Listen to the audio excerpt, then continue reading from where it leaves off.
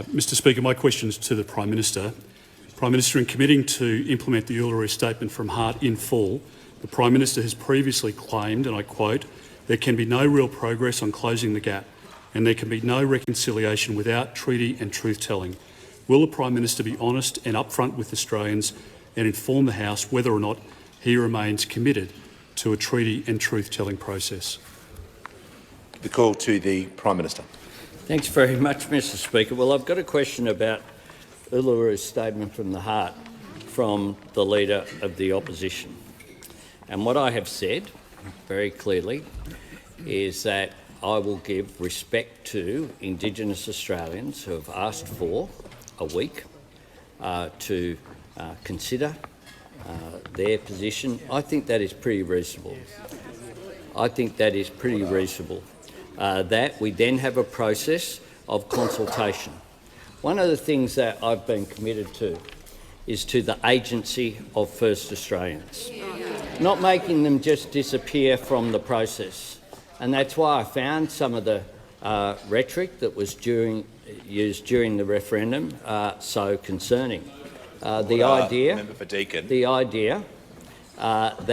the Uluru Statement from the Heart was created by the Labor Party or by any individual there wipes out from history the work that Indigenous Australians did themselves.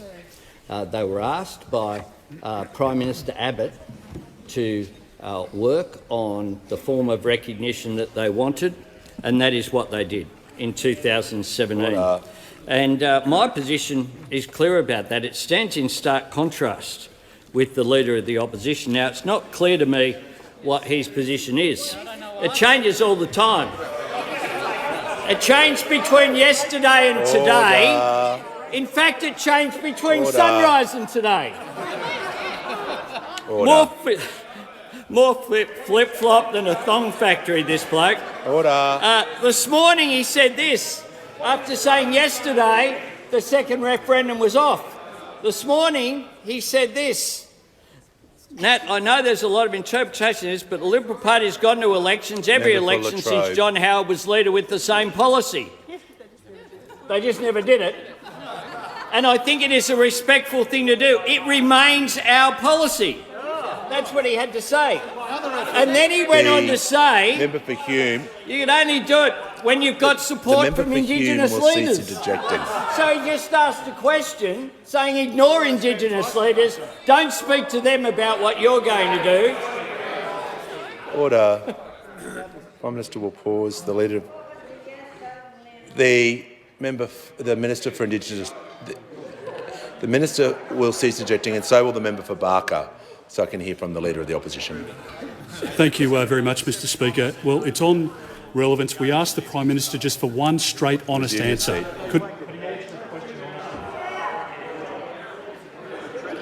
Order. The Minister for Infrastructure will cease interjecting immediately. The Prime Minister will continue.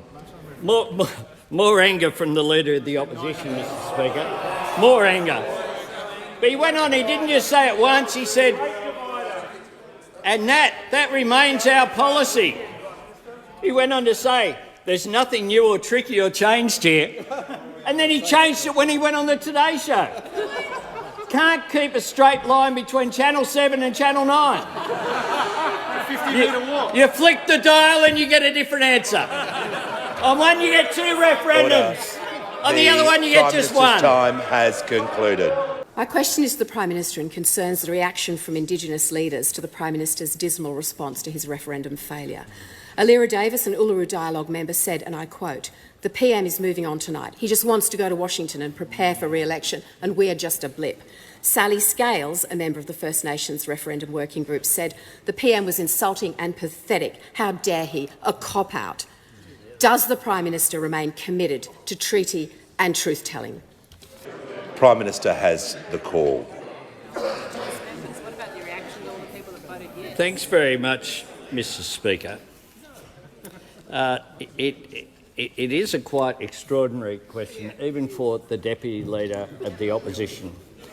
But let me let me understand what the Deputy Leader of the Opposition is asking for here. She's suggesting, having quoted, people who put their heart and soul into the development of the Uluru Statement from the Heart The Deputy Leader of the Opposition will cease interjecting.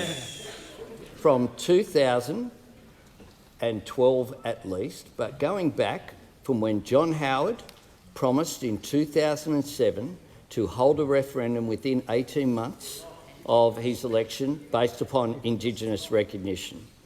The Leader of the Opposition has a number of occasions said that it has been the policy of the Liberal Party since 2007 to have a referendum. If only they had been in a position to do so. They won in 2013, they won in 2016, they won in 2019 and nothing happened. What I did was fulfil the commitment that I gave to Indigenous people, but most importantly, that I gave to the Australian people at the election in which we were elected in May 2022.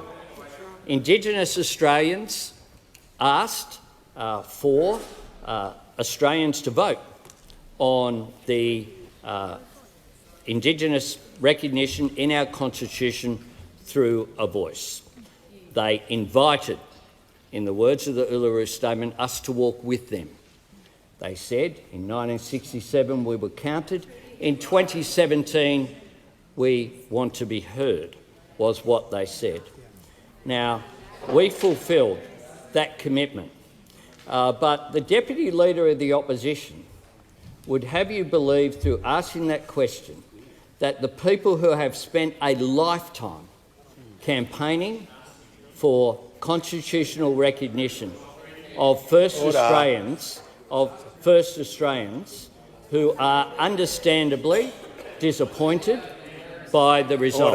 The member for Hume. What I have said is that Members on my left. what I have said is I respect the decision that was made by the Australian people. On that basis, some people who've campaigned very strongly for it are not happy with that response. But I made it very clear before the election that I would respect the outcome, and I've made it after as well.